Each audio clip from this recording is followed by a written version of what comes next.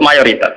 Nabi ditanya, "Qalu, ketika kita melihat pejabat yang mungkar, yang enggak bener, afala nuqatiluhum? Ana ta ora merangi kita hum ing umara? Napa boten diperangi mawon ya Rasulullah? Kudeta mawon." Kala dawuh sapa Nabi, "La ojo." La ojo. Masallah selagi mereka ijek sholat. Ini menunjukkan gitu, bahwa ini loh, ini hadis sahih bahwa ajaran Nabi untuk melihat kemungkaran itu tidak ada yang ajarannya itu disuruh revolusi pakai kudeta.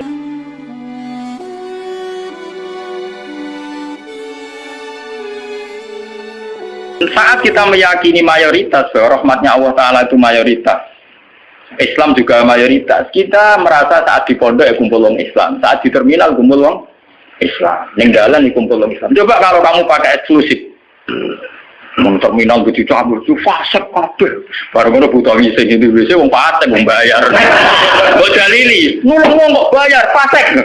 Nah, gue malah iso ngising kan. Fasek ke Allah, penting nyediakno WC kena bengi. Di Bang Soleh rabi fasilitas. Fasek ke Allah. Nah, ini contoh-contoh betapa eksklusisme, satu perasaan eksklusif itu menyesatkan. Allah sendiri terbuka rahmati wasiat kulas. Lah kulase ini lebih dekat mayoritas apa minoritas? Lebih dekat teori apa? Mayoritas. Nah, makanya saat ini kita ngaji nih, ya, bahwa panduan Nabi untuk mengikuti mayoritas itu secara syariat memang sudah benar, dan setelah teori rasional teknis juga sudah benar. Cuma kan saya harus menyampaikan ini lewat ngaji, bahwa ini bukan akal-akalannya Gus Bah, memang ada di kitab yang diyakini sahih, yaitu kini kitab Muslim. Muslim itu dua kitab, yang satu paket dengan Bukhari apa? Muslim. Dua kitab yang diyakini sahih setelah kitab Bukhari. Ya, dalam keyakinan mayoritas orang Islam setelah kitab Bukhari adalah kitab Bukhari nama Muslim. Dan lewat kitab sahih ini sampean tahu bahwa panduan mengikuti mayoritas adalah panduannya Nabi. Paham ya? Panduannya sinten? Nabi. Mulane iki ngalim-ngalim Jawa juara bejoban. Umumnya wong nganggo hem. Ini biasa umum wong. Karena mereka tahu betul pentingnya mayoritas, pentingnya tradisi mayoritas. Mereka jarang orang-orang alim mau memaksakan jubahan, maksudnya paling kadang-kadang Jumatan bin macam, tapi ini mau ya orang tertentu, jubaran gitu, mau ngalim. Narapati ngalim kata, tapi jubaran mau dapat terus, mau ngalim-ngalim kali beru mesti biasa-biasa lah. Panas. Tergugat ya tenang. Sing umum-umum mawon. Mohon terus akan sana ini lah. Ketika kebenaran itu ternyata tidak sesuai dengan perilaku pejabat atau perilaku sebuah pemerintahan itu kayak apa? Nah ini terus babu wujubil ingkar alal umara fima yukhalifu syarka wa tarki qitalihim ma sallallahu wa nahwi dzalik. Ini panduan bagaimana ketika kebenaran itu benturan dengan pejabat-pejabat yang korup, yang salah, dengan hukum-hukum pemerintahan yang salah, itu gimana? Ini langsung kalau baca hadisnya. Bahwa saat demikian kita wajib ingkar tapi tidak harus perang. Gula wajah. Haddatsana Haddad bin Khalid, haddatsana Hammam bin Yahya, haddatsana Qatadah anil Hasan, Ad-Dubbah bin Mihsan, an Ummi Salamah, anna Rasulullah sallallahu alaihi wasallam. Satakunu umaro fa ta'rifuna wa tunkirun. Faman arafa bari'a wa man ankara salima. Walakin man radiya wa taba'a. Qalu afala nuqatiluhum qala la ma sallallahu. Ini panduan saat kita sebagai orang soleh ngadepi pejabat-pejabat yang nakal. Saat aku bakal ono sapa umaro, pira-pira pemimpin, pira-pira amir, pira-pira pemimpin. Pemimpin ini bisa pejabat, bisa pemimpin kultural, pemimpin ormas, wae pemimpin umaro jamu amir. Fatarifuna mongko kenal sira kabeh tapi watung kiru nalan ingkar sira kabeh. Kowe iso kenal tapi ya ingkar karena ya mungkin perilakune sing enggak bener. Faman arafa bariya. Faman mongko te sapane wong arafa gelem kenal sapa man bariya mongko bebas sapa man. Maksudnya kenal yo terus iso milah-milah mana yang baik, mana yang buruk. Waman te sapane wong angkara iku ingkar sapa man, salima mongko selamat sapa man. Kowe ra kenal bupati atau gubernur atau pejabat sing korup sing nakal. Iku sing ingkar selamat. Lah sing ra slamet apa? Melane mati korupsi ini iku. Walakin man rodiya wa ta. Walakin man rodiya, tetapi ini sing ra slamet yo rido cocok wa ta ya anut wah cocok pintan to. Mergo untuk bagian. Satu rumah nonton biasa wae. Biasa wae perkara ngene ae. Walakin man rodiya napa? Wa ta. Lah ini anti ke Nabi. Beliau yaitu tadi ikut mayoritas. Nabi ditanya, "Qalu ketika kita melihat pejabat yang mungkar, yang enggak bener, afala nuqatiluhum? Ana ta ora merangi kita hum ing Umar? Napa boten diperangi nawon ya Rasulullah? Kudeta mawon." Ora gak usah Nabi la ojo. La ojo. Masallah selagine mereka iso salat. Ini menunjukkan gitu bahwa ini loh, ini hadis sahih bahwa ajaran Nabi untuk melihat kemungkaran itu tidak ada. Yang ajarannya itu disuruh revolusi pakai kudeta itu tidak. Apalah nuqatiluhum, jawab Nabi apa? Lah jangan. Apa tidak kita perangi ya Rasulullah? Jawab Nabi apa? Jangan. Tapi antiken Nabi itu hanya punya syarat satu, lama sholat. Selagi pejabat-pejabat itu masih sholat. Ini ngaji kelas tinggi, amun salah paham. Kenapa Nabi hanya minta syarat satu sholat? Bagi seorang Nabi, selagi dunia ini masih ada orang sujud kepada Allah, masih menjaga konstitusi agama yang berupa sholat, yang disembah masih Allah, itu masih normal. Mungkin pejabat itu punya kesalahan, dia korupsi, dia menggencet rakyat, dia apa. Tapi selagi dia sholat, kata Nabi itu tidak boleh revolusi. Nah itu kan menjadi misteri. Apa kira-kira alasannya Nabi kok hanya bersyarat lama sholat selagi masih sholat? Kemungkinannya dua. Kemungkinan secara teori ulama lagi. Secara teori ulama, kalau ulang lagi, ini sudah di luar teori sosiologi, teori demokrasi masalahnya. Ini harus pakai teori ulama.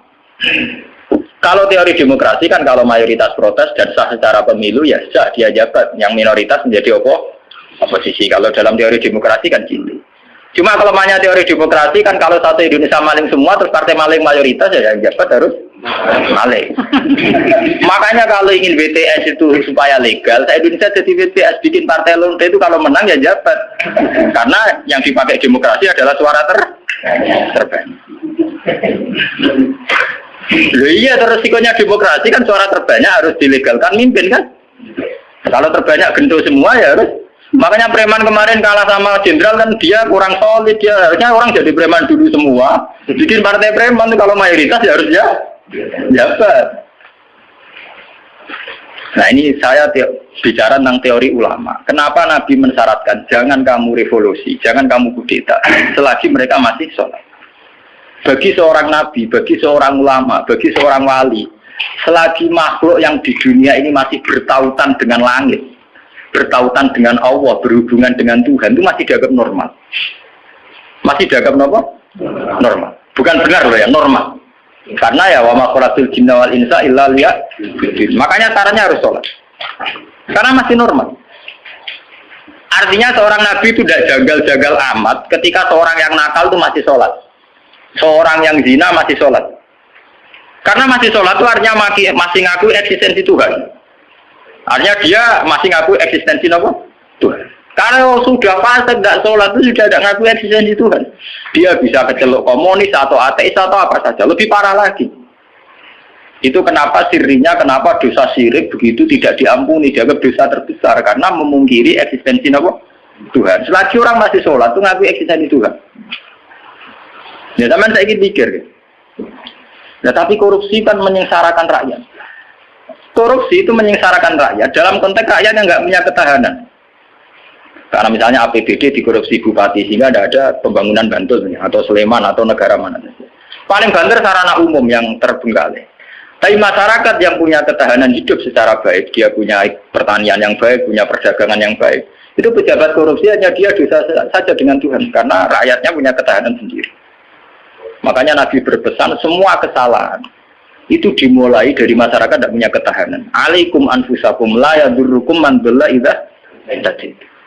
Kalau kita sudah miskin, pejabatnya korup, kita tambah miskin karena kita kayanya menggantung kebijakan negara, misalnya lewat BLT, lewat sarana umum, lewat pekerjaan massal. Tapi kalau kita sudah kaya, pejabat korupsi itu hanya salahnya dia dengan negara, tidak punya akibat ke kita karena kita sudah kuat.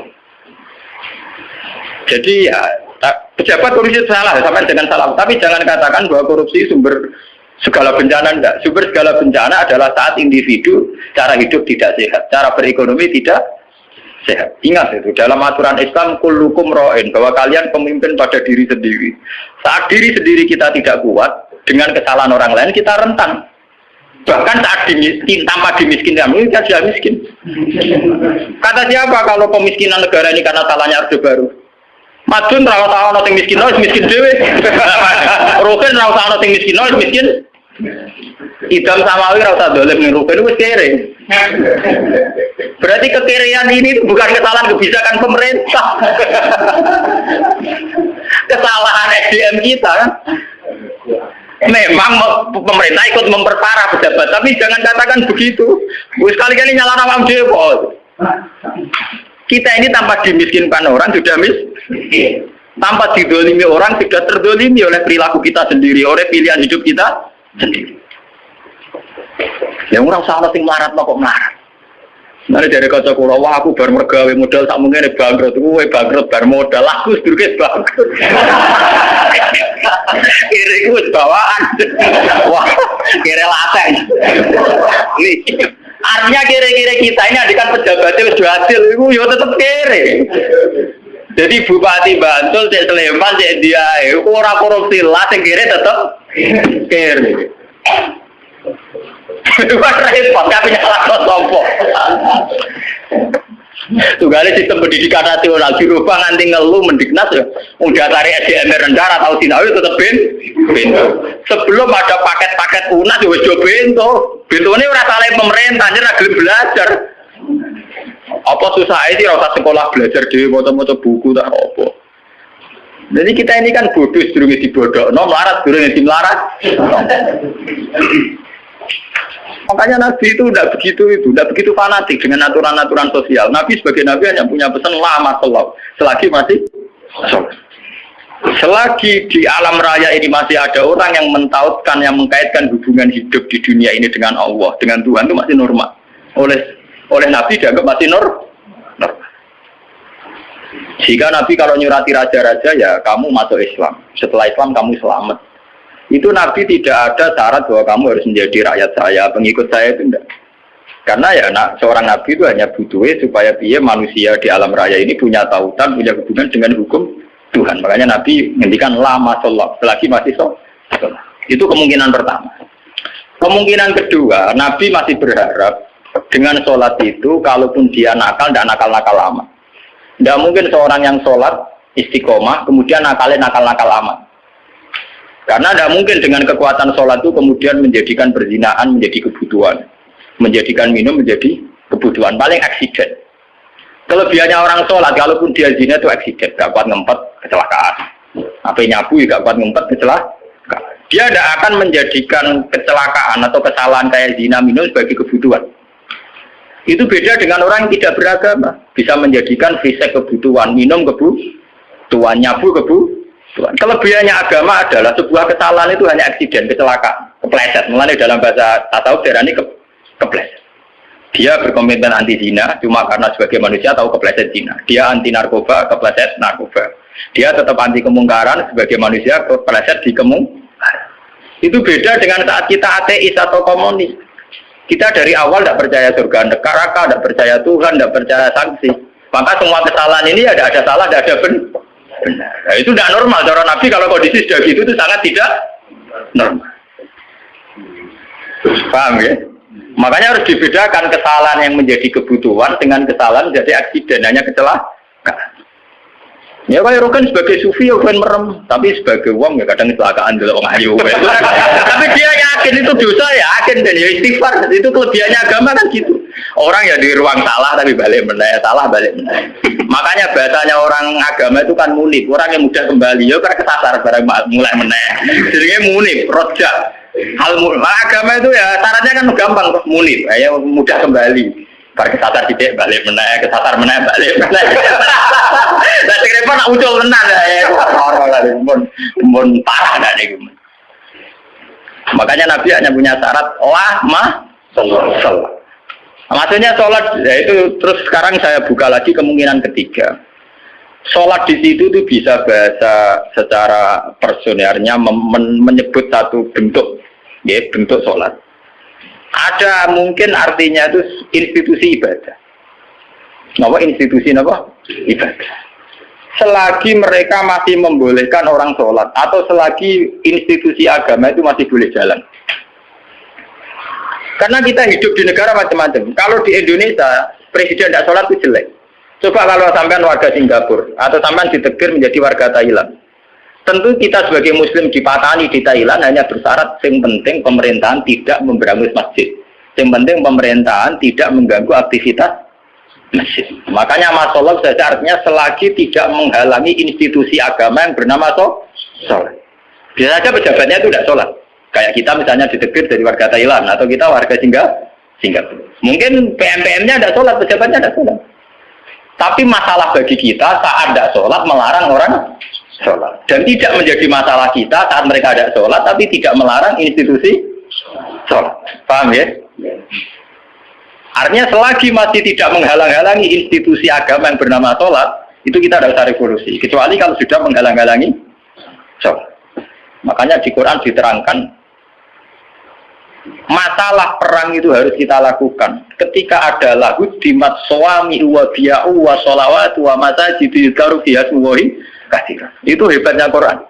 Jadi dari awal Quran itu ingin sekali gak ada perang, kecuali kalau simbol-simbol agama dihalang-halangi, dihanguskan. Makanya di Quran nonton ayat walau la dafu hinna sabadhum bibadil lahu dimat suami'u wa biya'u wa sholawatu wa mata jika yuzkaru fiha smuwahi katsira wa la yansuruna wa hum Oke, ada perang kalau simbol-simbol agama, institusi agama sudah dilanggar. Yaitu misalnya masjid tidak boleh berdiri, orang tidak boleh Nah kita sebagai ulama, sebagai seorang muslim, perhitungan kita sederhana. Selagi bangsa Indonesia atau pejabat Indonesia tidak menghalang-halangi institusi yang bernama sholat, ibadah, kita harus mengakui itu pemerintahan yang sah. Karena kita sebagai orang yang beragama, hitung-hitungan kita sholat saja. Orang untuk duit atau orang pokoknya kalau itu hitung-hitungan ya. Aku nak umat ulama itu ya, umat ulama yang ini gitu, nak umat gendone ya ngitung duit. Ya karena umat. Mari dosanya kan mau eksiden, cuma kecelakaan. Orang laten, orang dosa apa? Kan rum komunis kan kita ada komunis orang. Makanya lama sholat itu bisa saja artinya yang penting institusi sholat itu tidak terganggu. Makanya banyak dulu ulama-ulama dulu yang hidup di Tashkent, di Azerbaijan. Dulu Imam Bukhari itu orang mana? Sampean kira orang Bukhari itu orang Mekah atau Madinah? Tidak, dia orang Azerbaijan. Sekarang ikut Tashkent. Makanya kalau kitab-kitab dulu namanya As-Samarqandi. Samarqandi itu Tashkent. Sekarang kalau tidak ikut Ukraina atau Azerbaijan, makanya kawasan sana di Bukhara. Itu dulu ya biasa saja mereka punya raja yang tidak Islam atau apa. Biasanya taruhannya saja itu baik, tidak menghalangi orang sholat. Makanya dulu Nabi ketika di Mekah ya biasa hijrah ke Habasah ke Ethiopia. Saat itu rajanya tidak Islam. Nabi mengira diperlakukan secara baik. Artinya saat Nabi beragama tidak dilarang. Ternyata di Ethiopia, di Habasah saat Nabi beragama dilarang. Artinya ukurannya itu tidak harus Islam. Tapi yang penting saat kita beragama tidak dihalang-halangi. Paham ya? Dalam tarikh kita kan begitu tuh. Makanya Nabi perhitungannya satu. Dalam kekecewaan kita terhadap pejabat, terhadap pemerintah, yang penting jangan ada kudeta, jangan ada revolusi yang berdarah-darah. Lama sholat, selagi masih ada sholat.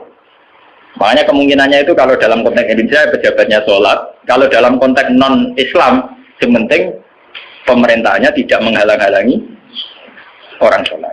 Misalnya kayak di Amerika, di Eropa itu kan masih banyak yang baik, itu masjid tetap boleh berdiri, aktivitas Islam boleh. Itu masih normal ya. Dalam pandangan Nabi begitu itu masih apa? Normal. Nah, lewat ngaji ini biar jenengan tahu betul bahwa sebetulnya kita sudah punya panduan politik. Ya panduan politik, panduan sosial itu kita sudah punya dari Nabi. Ya masalahnya roh tahu orang tetap dan roh kitabe tahu orang lain tak ulang, mulane tak ulang mulane kita ulang. Pentingnya ngaji ini biarnya kita tahu. Sebenarnya panduan-panduan itu sudah ada. Nah, bodohmu orang dibodohno wis bodoh lha iku malah perkara. Marat dene tim larat wis napa? Belum larat ngenteni tim laratno wong. Jadi keren.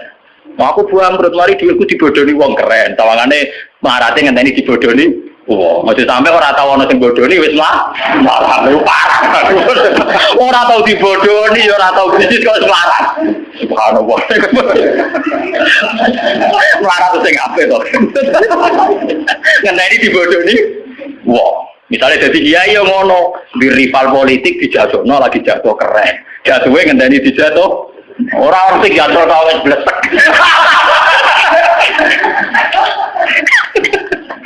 Mulai jatuh ngenteni sing jatuh no tau kan lumayan. Tawangane ana sing dikabing hitam. Mau bisa jadi kiai gara-gara disaingi ku terus ambles. Ora ono sing nyai kok wis ambles. Waduh. Wala jatuh sing terhormat, melarat terus sing sopan sithik urip. Jadi walakin marrodia wata kalau pada mater sopo sahabat apalah nukotilu mono ora merangi kita ing Umar. Jawabe Nabi kolala gak usah revolusi, gak usah perang mah. Sallallahu alaihi wasallam salat ya. Al-Fatihah.